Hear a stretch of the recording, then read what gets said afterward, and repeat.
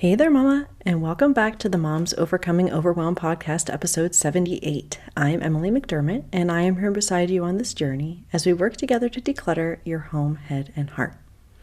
Well, it has been an amazing year plus of podcasting, and while most of my listeners are in the United States, I do have some listeners all over the world. In fact, I have been ranking in now 41 countries, which is really cool. And today's featured review actually comes from Latvia. So thank you for Milkin's Milkin, who is listening in Latvia. And she writes, making life management so much easier. As a new mom of a 1-year-old, I am just starting to accept that things just won't run the same as before.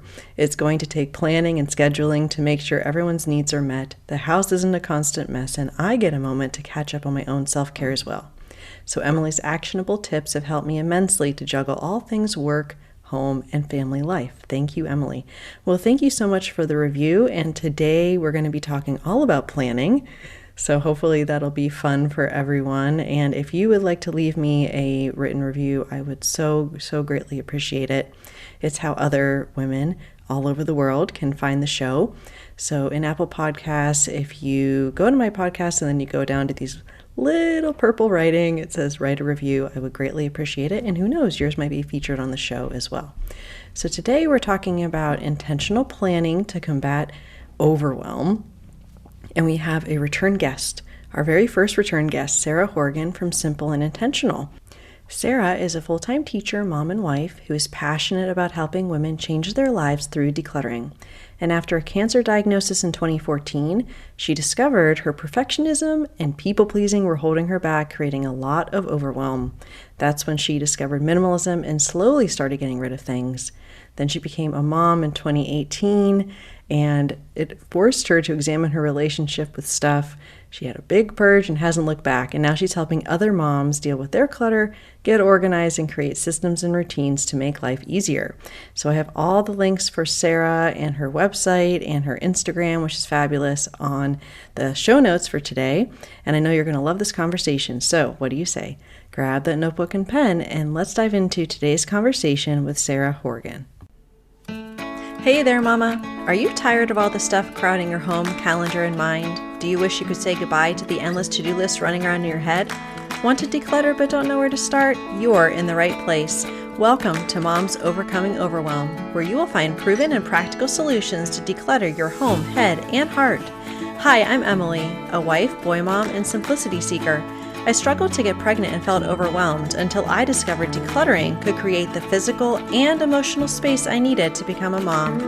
Now, 2 kids later, I've transformed my life and motherhood by developing simple systems around decluttering, capsule wardrobes, kid stuff, cleaning and tidying, meal planning, time management, and more, and I can't wait to share them with you.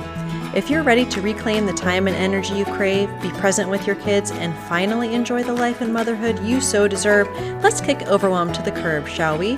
Grab your lukewarm coffee, your notebook and pen, and clear up some counter space. Let's do this. Well, hi, Sarah. Welcome back to the Moms Overcoming Overwhelm podcast. I'm so happy to be talking with you today. Thanks, Emily. I'm so happy to be back. I always love our chats. Yeah. So you are my first guest, and I have been doing this now for a little bit longer, but I'm so glad that we can chat together again because you have been doing awesome with your own podcast, and I have been loving it and listening to it. And I would say, if anyone is like, what? Sarah has a podcast? Yes. And you can just stop our conversation and go binge it and come back. That's the lovely thing about podcasts. So I know that you kind of introduced yourself a little bit last time around. For those who have not listened to that conversation, can you kind of introduce yourself a little bit, you, your family, and kind of how in this season you are helping and serving the moms out there? Sure. Yeah. So I am a full-time teacher. I teach kindergarten, and I have a 5-year-old daughter, and I'm married. I live in Canada, in Toronto. And yeah, my season of life right now is very busy teaching kindergarten, having a kindergarten age child. And my husband and I have quite opposite work schedules. So a lot of what I have learned and now teach has like really developed out of my own necessity to figure it out for myself because, I solo parent a lot of the time. I have a really busy, overstimulating job. And, just to keep on top of all the stuff, I've like really figured out a lot of systems that have helped me. And then when I realized, mainly after decluttering, how life-changing it was and how much it simplified things and just really, like you can do all the systems and all the organization, but really I find like the too much stuff, and that's the physical stuff, the schedule, the mental, like all that stuff, you can organize it to death, but if you don't get rid of some of it, then you never really get ahead. So that was just so life-changing for me that's when I started Simple Intentional as a blog, and now my Instagram and my podcast. And now I work with women, and I will be putting together, I haven't figured out exactly when it's going to be coming, but I'm going to be doing a class on building capsule wardrobes. So I've just sort of figured out as the people need help that I've been able to teach this. And so I've just, that's sort of how it's come about. Wow, that's awesome. And I know that that's something that the moms that I work with are always wanting to simplify their wardrobes and make it easy. And you and I have both done your color guru and kind of help us with the color cards and everything. And that has been really cool. I know that was my next level tool that and it's been so great as well. Yeah, it totally simplifies shopping, which is great. And today we are going to be talking about planning, which is actually something I have kind of a love-hate relationship mm-hmm. because I always feel so much better when I do plan and use my planner and kind of have that peace of mind going into the day or going into the week, but has been really hard for me to do it consistently. Like there are some habits that I'm very consistent about.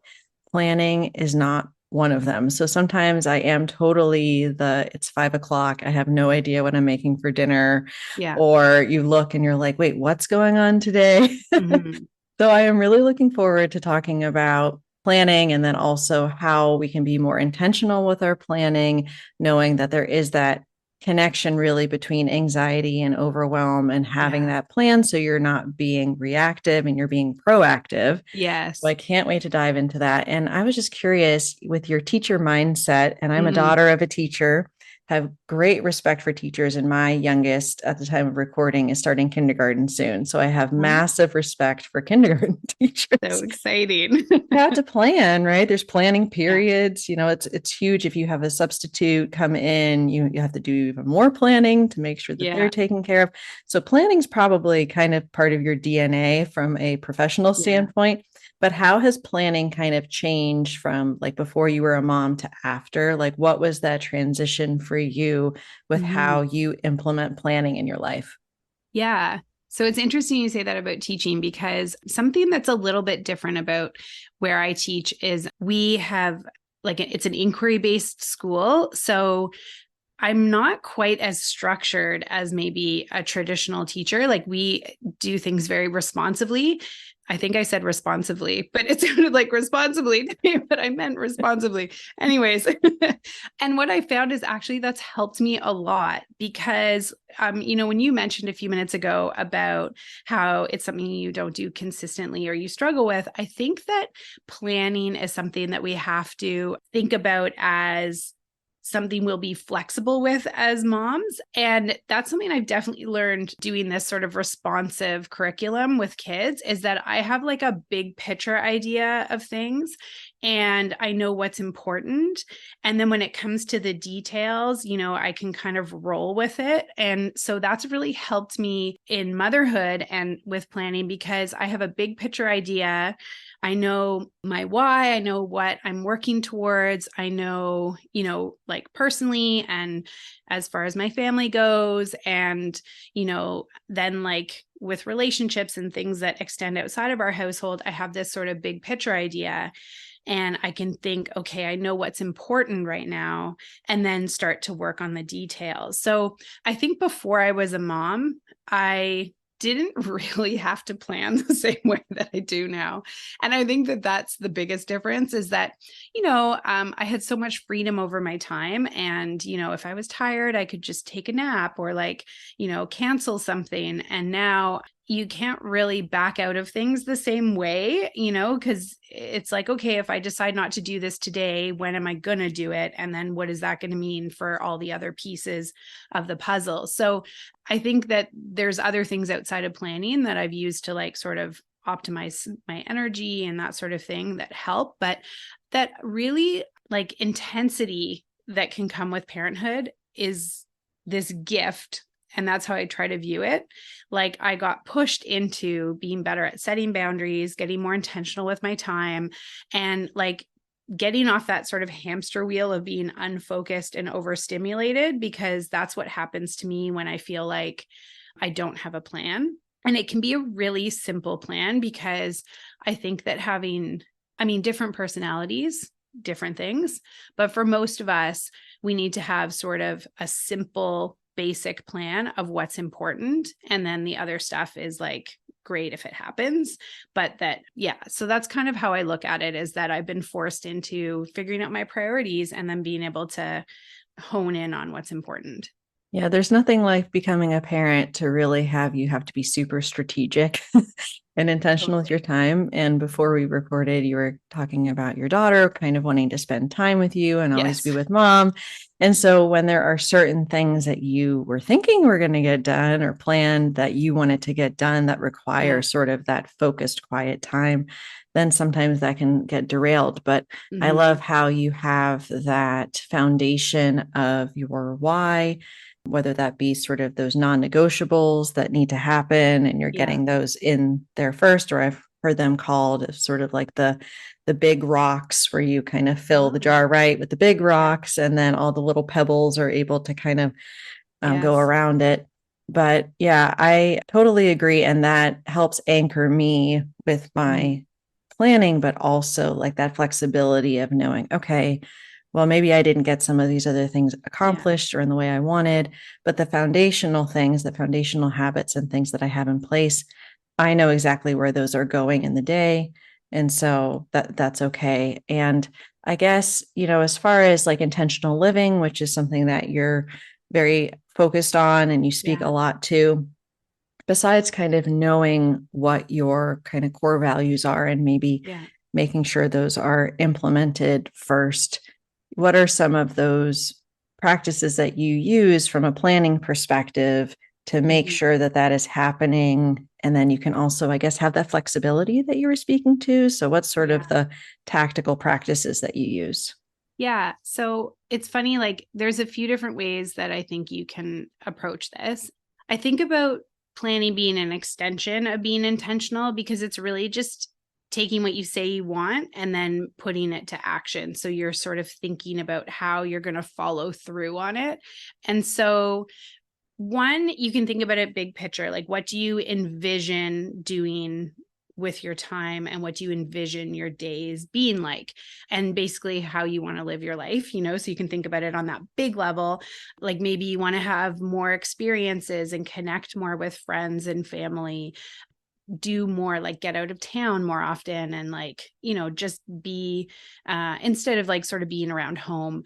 So that could be one thing that then you can think about, okay, I'm going to sit down and I'm going to make a plan for the month. And I think like, 2 trips out of town a month, like day trips or whatever is good. And then sort of figure it out and take the time to sort of plot it in the bigger picture.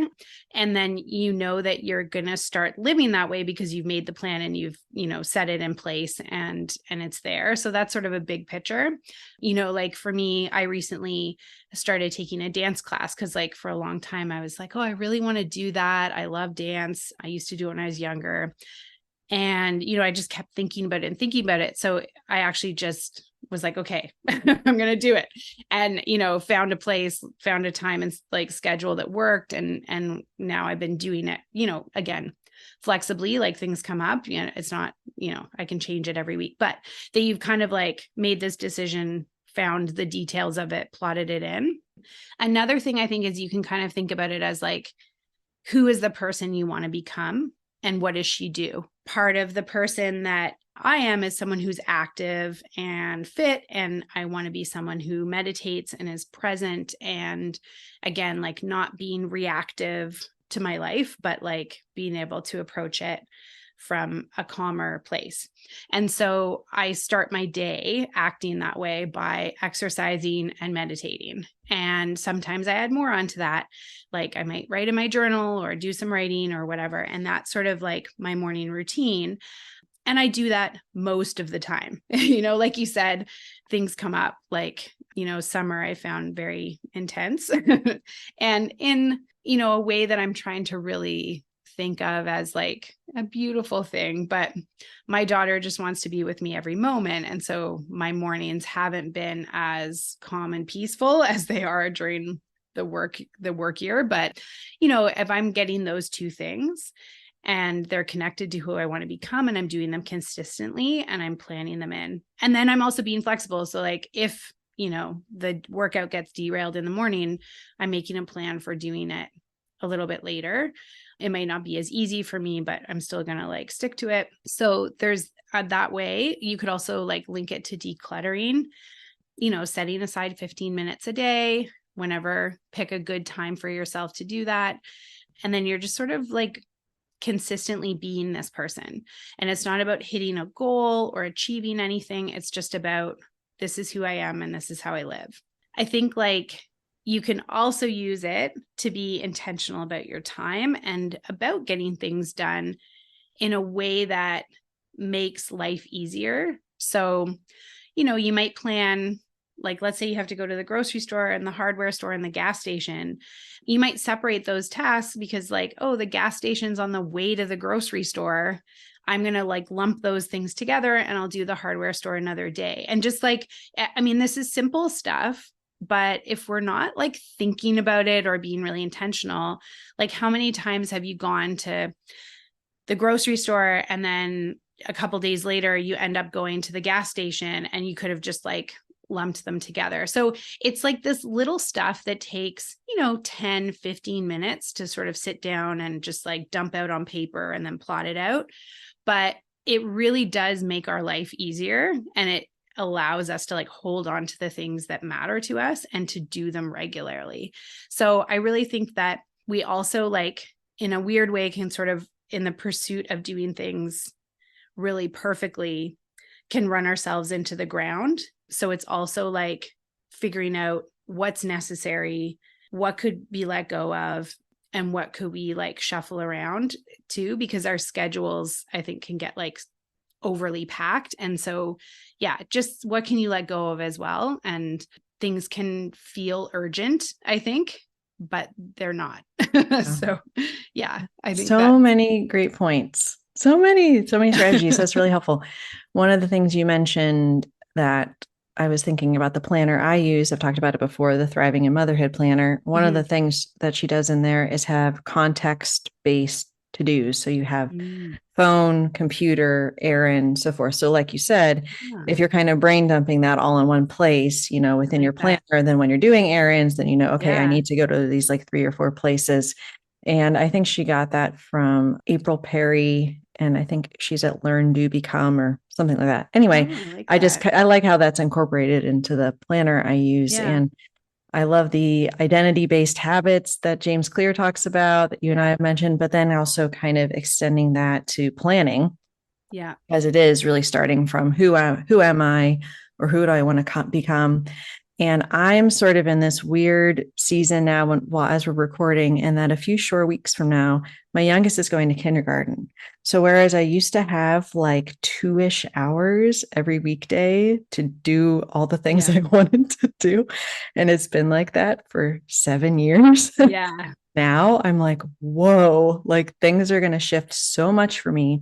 Yeah. And there's anxiety in 2 different ways for me. And I'm sure I'm not alone.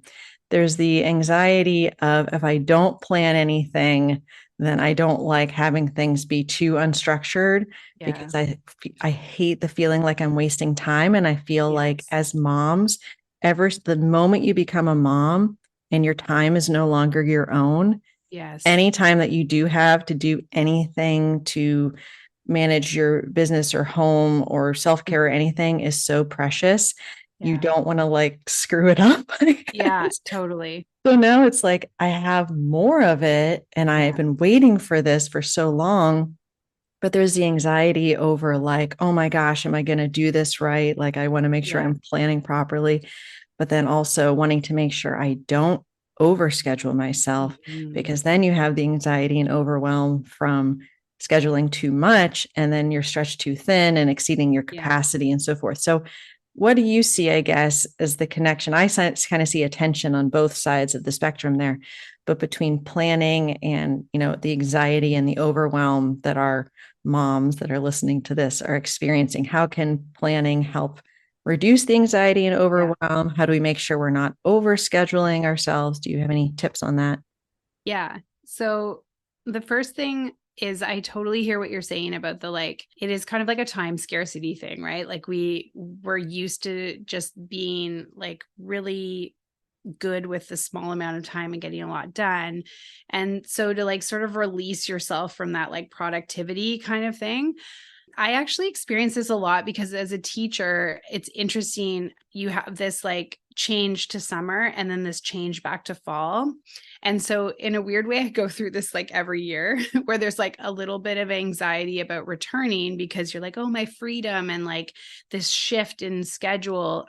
But what I've learned after doing this, and it also like, with holidays and March break and that sort of thing, like, is that it's really good when you have a shift like that to like just allow yourself some time to not really do anything and not be really scheduled and not worry about the time being wasted, because when you were really busy you would have like wished for that time to be able to just like sit and do nothing or not be scheduled or just relax. And I I mean, I have to tell myself this all the time because I feel the same thing you do, but I remind myself of that. Like, when you're working and you're feeling so tired and so busy and you're just like yearning for that slower pace, then when the slower pace comes, we're not always really good at adapting to it. And like, it's just sort of a mindset thing. I think about reminding yourself, okay, I'm just getting used to this. I'm just like settling into this and I'm figuring it out. And it's going to take me time to like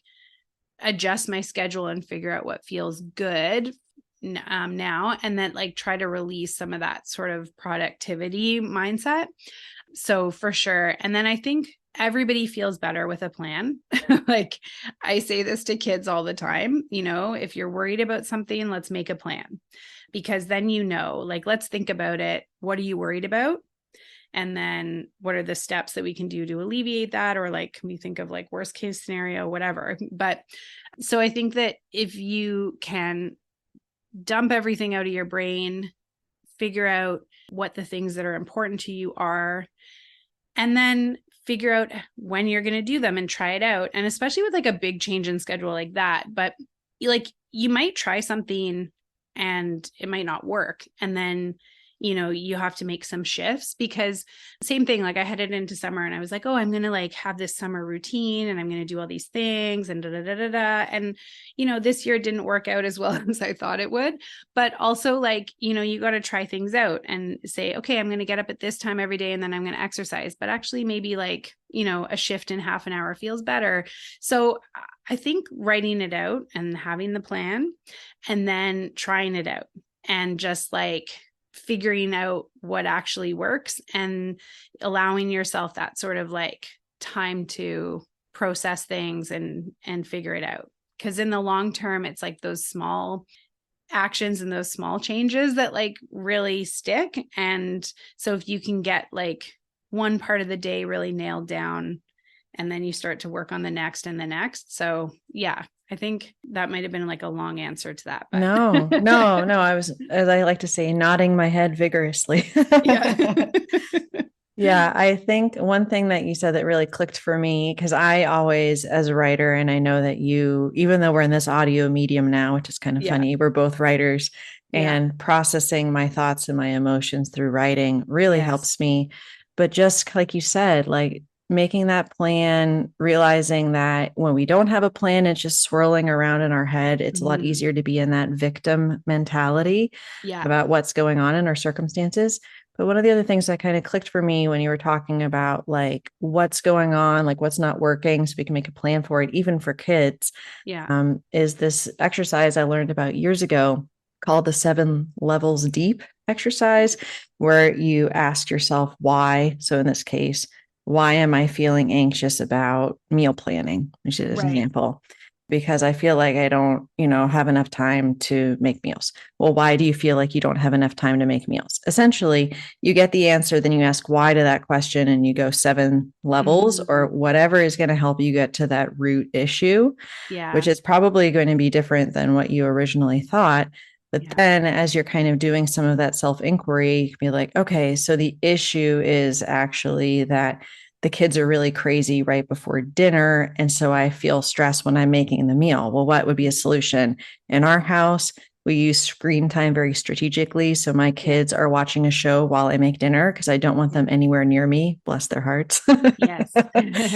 But it's being able to say, like, what about this planning is, causing me anxiety, and then Yeah. being able to really do that self inquiry to figure that out. So that's one way that I try to reduce the anxiety and overwhelm that I feel around Yeah. I not like having a that because, plan, and yeah, then, yeah. So, it's not only like anxiety, but it's like friction too. mhm. It's like, where's the part that's like causing stress or causing, whatever, like lack of focus. Like I totally get that too, because as soon as I say this to my daughter all the time, I cannot be a good listener right now. I'm trying to do this one thing, but if you talk to me the entire time that I'm doing it, it takes me longer, but I also can't be a good listener. And that hasn't really stuck yet, but I hope that in years to come she'll understand that. You just gave me a great idea. My oldest is the talker. Mm. So we'll just get them on FaceTime. Oh We can yeah. just talk to each other. They could. And then we can do what we need to do because they'll just Yeah. talk to each other and then we'll be free. I know. It's like, I'm so highly social. I totally get where she gets Yeah. it from. But Yeah. yeah, the like, are we going to have a play date today? Who are we going to see? What are we going Uh-huh. to do? So she really likes planning, especially for play Mhm. dates. So She there you does go. actually. Well, one of the things that I hear all the time, and I know you do from the women that you serve, is if there's a number one pain point around decluttering or planning or anything Mhm. that we are doing in our mom lives, it is lack of time or the Yeah. perception that something is going to take too much time to be able Yeah. to do. So when people join my Facebook group, I say, what's the number one thing, about Yeah. decluttering? No time. Don't have enough time. No time. No time. Yeah. And so when it comes to planning, sometimes people think, okay, Sarah and Emily, this all sounds great. And yes, I make the plan, I try to stick to it, I'm Mhm. flexible, but like, I don't have the time to sit down every Sunday and plan out my entire week and Yeah. talk to my husband or partner and get them on board or whatever. Yeah. So if you had a mom that was saying, yeah, that sounds great, but planning takes too much time, can Mhm. you kind of counter that mindset block as far as like how, because we're all about starting small. I know you are. Yes. How we can start small with starting to plan so it doesn't seem that overwhelming. Yeah, I totally get that. I think there's two things. One, I think it's really interesting to actually like notice how much time something takes you.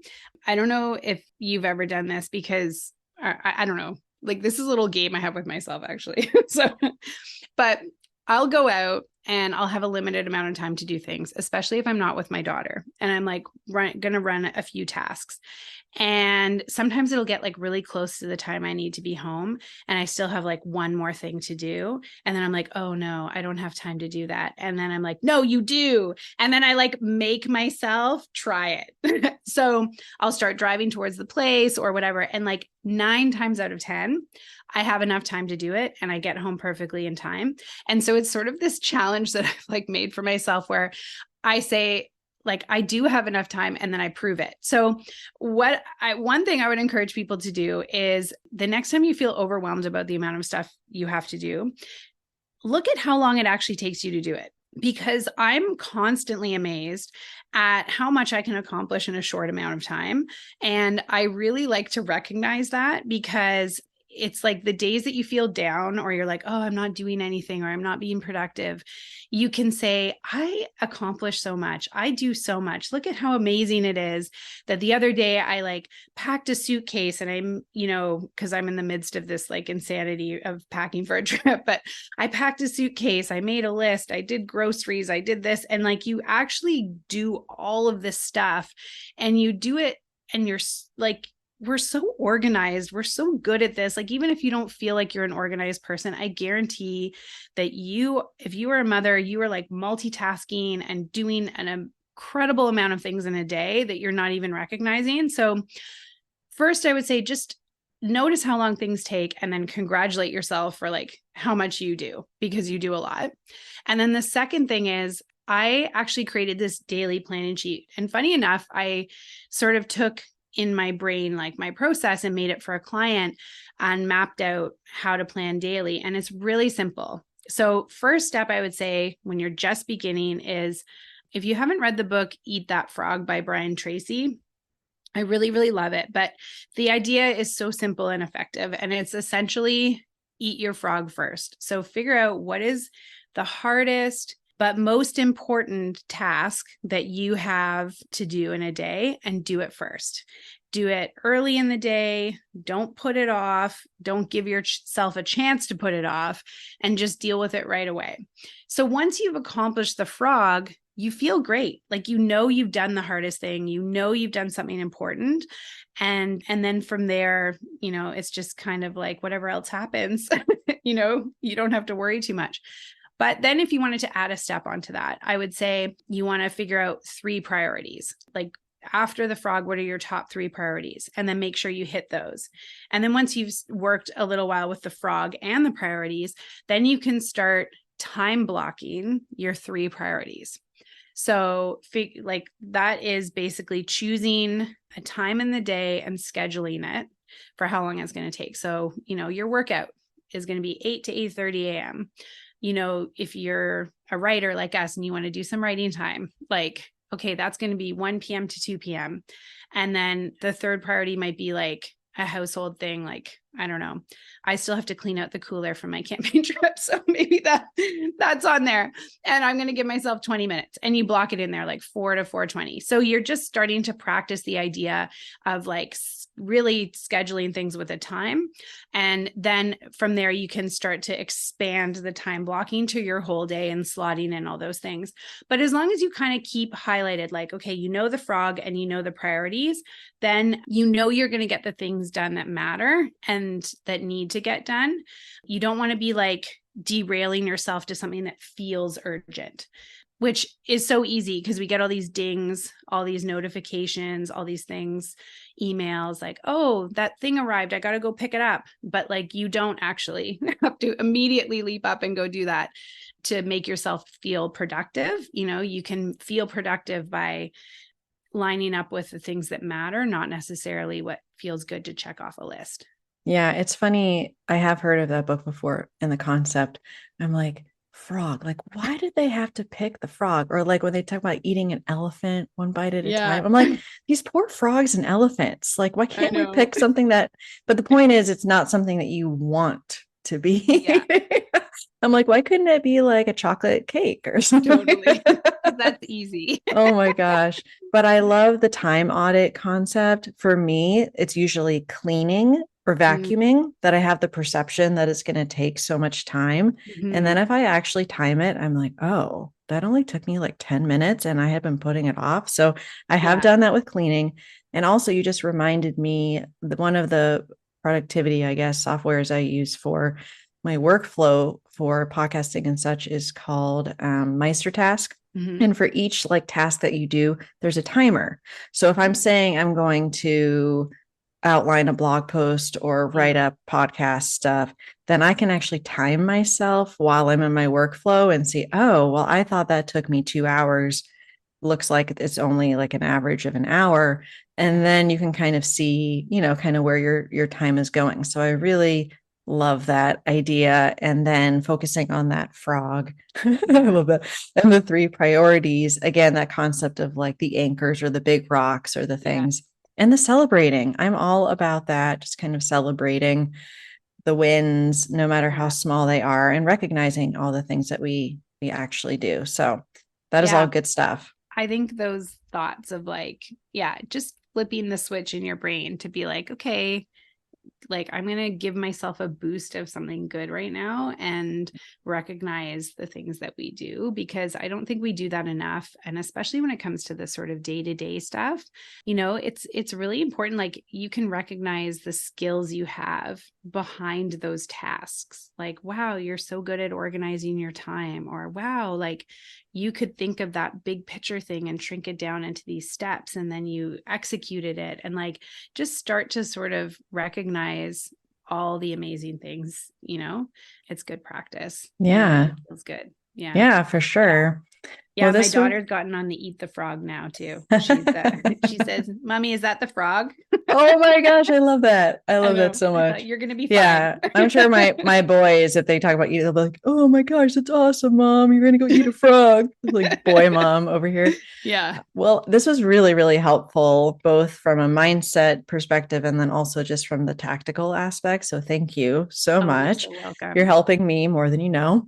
And I would love it if you could just let everyone know kind of the best way to connect with you, or if they wanted to find maybe some of those planning sheets that you were talking about, kind of the Yeah. best way for them to find that.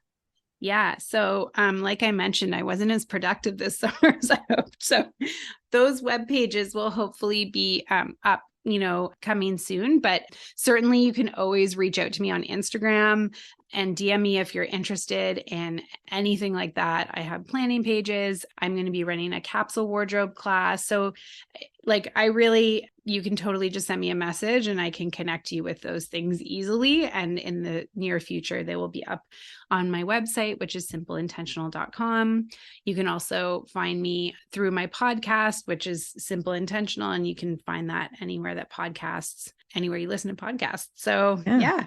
Well, thank you again. I'll make sure to link up to everything so everyone can find it easily. And Yeah. thank you for being my first return guest. You're so welcome. It was wonderful. Thank you for asking me. If you like today's podcast, here's what you can do. Just take 30 seconds to leave me a review. I know you're a busy mama. You're overwhelmed, in fact, but 30 seconds of your day makes such an impact. I'll be blessed by your words. They'll definitely make my day. And who knows, you might be entered for this month's giveaway. In Apple Podcasts, scroll down to write a review. Thanks so much for your time.